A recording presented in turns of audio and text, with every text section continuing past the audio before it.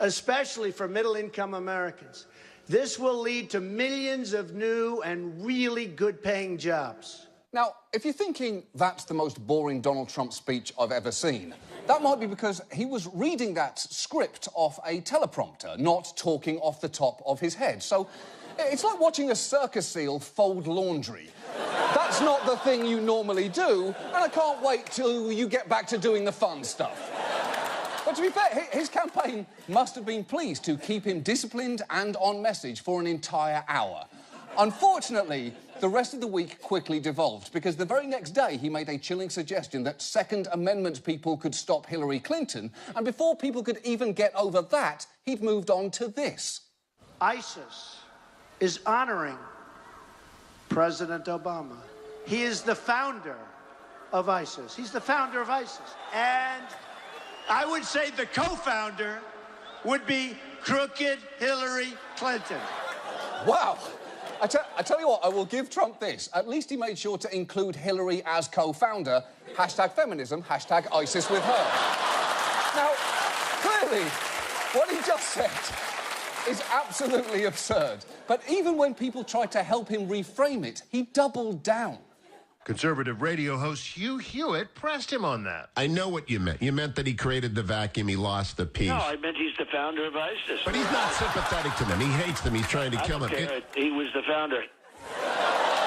He's so insistent. He's like a guy drowning but waving off a lifeboat saying, "Get out of here, I'm very buoyant. I'm the most buoyant. Everybody talks about my buoyancy. I'm a tremendous floater." Trump was forced to walk his ISIS remarks back on Friday, tweeting, "Ratings challenge CNN report so seriously that I call President Obama and Clinton the founder of ISIS," and then in all caps, "They don't get sarcasm." And yes, sarcasm is a bullshit excuse. It's the douchebag's apology. But at least he diffused the situation, which is what made it so much weirder when later that same day, he walked his walk back.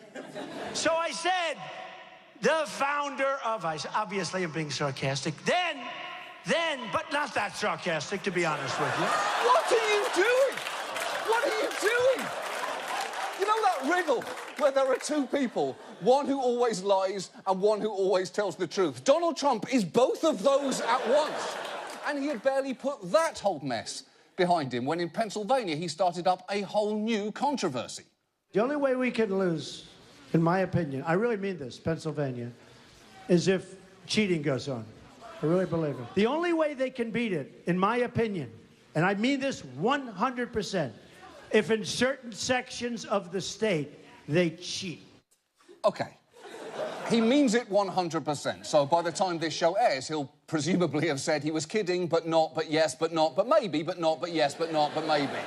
But what is really worth taking note of there, and is worth thinking about, is that he's suggesting the election may be stolen by his opponent. And that's actually dangerous. He is priming his supporters to question the result when he loses Pennsylvania, as polls indicate he will, and as all Republican presidential candidates have since 1988. And he's not just talking the talk here, he's asking his supporters to walk the walk. His website now has an application that you can fill out to be a Trump Election Day observer. Now, well, you know, in a way, we are all Trump Election Day observers. Because if you look out of your window in November and see 4 horsemen of the apocalypse, you'll know, oh shit, they just called Florida. But it does seem he actually wants people to participate. If you go to his website, which you absolutely should not, and try to sign up, you'll be asked to donate, which again, you absolutely should not do. Anyone who wants to give their money to a Manhattan narcissist whose interests begin and end with the plight of white people should keep in mind that Woody Allen's Cafe Society is getting decent reviews right now. But not great, but decent. It's one of the fine ones.